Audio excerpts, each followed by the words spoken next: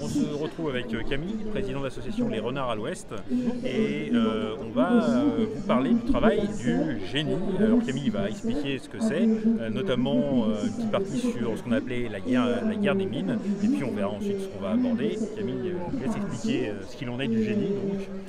Bonjour à tous. Donc là aujourd'hui je suis actuellement en sergent du 6e régiment du génie, donc le régiment qui est basé à Angers, la ville d'où on vient, le secteur d'où on vient. C'est un régiment qui est dans la ville depuis sa création, il a toujours été sur le secteur de Angers. Le rôle du génie est assez vaste, à savoir qu'il y a beaucoup d'éléments, comment dirais-je, d'actes héroïques qui ont été un petit peu oubliés parce que le génie renforce les armes de mêlée, la cavalerie, l'artillerie, enfin l'infanterie. C'est des petits groupes de personnes qui sont mêlés à une grosse masse.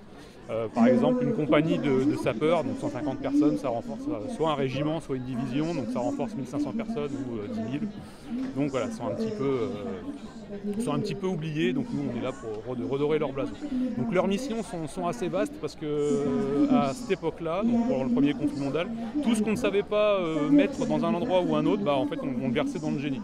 Donc il y avait aussi bien les compagnies de sapeurs mineurs, les compagnies de travaux, les compagnies de travaux ferroviaires, les compagnies de transmission, les premières compagnies d'aérostiers, c'était chez nous, les premiers pilotes c'était chez nous avant de consacrer directement leurs propres armes. Et sinon principalement aussi tout ce qui était infrastructure et bien sûr les guerres la contre-mobilité ou l'appui à la mobilité. C'est-à-dire soit appuyer l'avancée de nos troupes pour qu'ils puissent franchir les obstacles ennemis, ou au contraire, quand on fait une réorganisation stratégique, de bloquer l'avancée ennemie.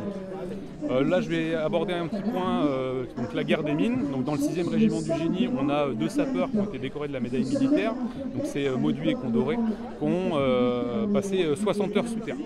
Donc la guerre des mines, on est dans notre tranchée, on creuse en dessous le no man's land pour pouvoir accéder sous la tranchée adverse, mettre de l'explosif, que ça fasse effondrer la tranchée adverse et qu'on puisse dans ce cas-là reprendre du terrain. C'est une guerre qui est assez particulière parce que les galeries au départ c'est à peu près la taille d'un homme, mais les galeries principales c'est la taille d'un homme. Les galeries où on met les explosifs c'est juste la largeur des épaules et on creuse en étant allongé. Donc c'est vraiment... et il suffit que sur le no man's land il y ait un bombardement ou quoi, ça peut faire effondrer la galerie. Donc c'est pour les 2 sapeurs que je vous ai cités, donc c'est ce qui s'est passé en fait. Il y a eu un bombardement et ça s'est effondré derrière eux. Et ce qu'ils ont fait, ils étaient encore vivants et ils ont décidé de ne pas rester ensevelis vivants. Donc ce qu'ils ont fait, ils ont creusé. Ils ont creusé pour sortir. L'un des principaux outils du génie, ça reste la pelle, la pioche et l'âge, donc bon, c'est beaucoup pour le travail du terrain. Donc ils ont creusé, ils sont sortis, ils sont retournés à l'air libre. Bon, malheureusement, ils étaient proches du côté allemand, donc du coup, ils sont redescendus dans la galerie, ils ont recreusé dans l'autre sens. Et là, ils sont sortis dans un trou d'obus et ils ont attendu la nuit pour pouvoir regagner les tranchées françaises où ils avaient été portés disparus, parce que 60 heures, ça fait quand même plus de 2 jours. Donc voilà. Très bien. Alors, je ne sais pas vous, mais moi qui ai une petite tendance à la claustrophobie, rien que la description du fait qu'il y ait des cucus qui se baladent dans un tout petit tunnel et qui se fassent effondrer dedans, ça me fait des sueurs froides. Alors imaginez à quel point l'épreuve que c'était pour eux. Eux, ils étaient habitués. Mais même là, c'est quand même assez éprouvant. Je ne sais pas si on peut vraiment être habitué à ce genre de choses. Évidemment, très logiquement, dans le génie, et notamment dans la SAP et dans le fait de creuser, on va employer notamment les soldats qui viennent dans le civil des métiers où on fait ça aussi. Oui, on exploite les compétences de chacun. Ça évite de former des mecs. Savoir que l'arme du génie, je reprends ça, c'est donc une arme de spécialistes. Et les spécialistes, ça coûte cher à entretenir. C'est-à-dire que quand il y a une guerre, on a besoin de spécialistes, donc on forme beaucoup de monde, ça nous fait beaucoup de masse. Et quand on revient en zone de paix, c'est cher d'entretenir des spécialistes. Donc du coup, on réduit ce qui s'est passé sur tous les 3 derniers gros conflits qu'on a eu, donc 1970, Première Guerre mondiale, Deuxième Guerre mondiale. En fait, on avait besoin de sapeurs, on en a formé plein pendant le conflit. Et à la fin du conflit, ça coûte cher, donc on réduit. Puis finalement, on recommence une autre guerre, il nous en manque, donc on reforme. Donc effectivement, on se base principalement sur ceux qui avaient de l'expérience, ce genre de choses. Parce que rappelons que toutes les grandes puissances qui partent s'engager sur le combat sont des puissances minières. Allemagne, France, Angleterre, par exemple. L'Angleterre, il y a les Gallois qui sont très célèbres pour ça, par exemple. voilà, ce sont des puissances minières. Donc il y a des soldats qui sont mineurs dans la vie. Quand ils vont dans l'armée, on les emploie logiquement à ce qu'ils font dans la vie. Comme les cuisiniers deviennent cuisiniers dans l'armée, les médecins dans l'armée. On ne va pas réinventer la poudre, sans mauvais jeu de mots.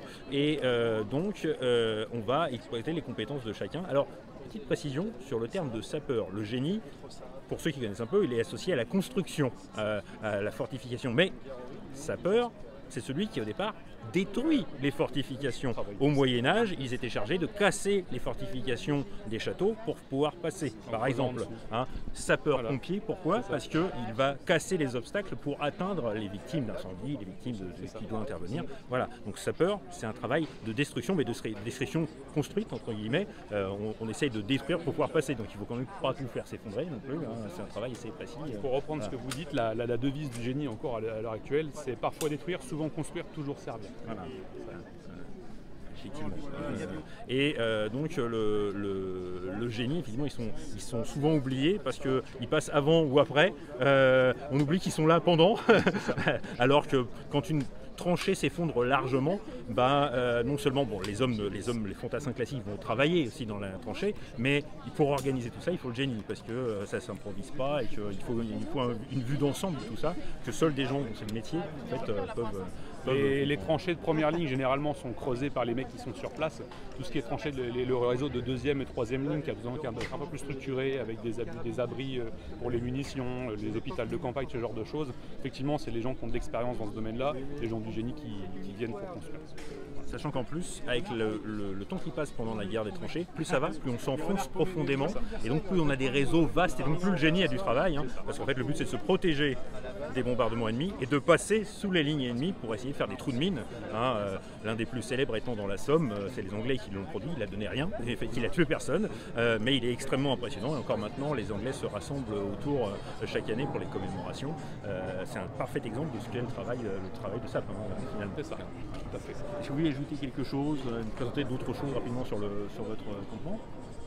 Sur l'encampement, je vais juste vous parler de pourquoi j'ai mon chien qui est là actuellement sous la table en train de se reposer pour la chaleur. À peu près 25 000 qui ont été utilisés par l'armée française.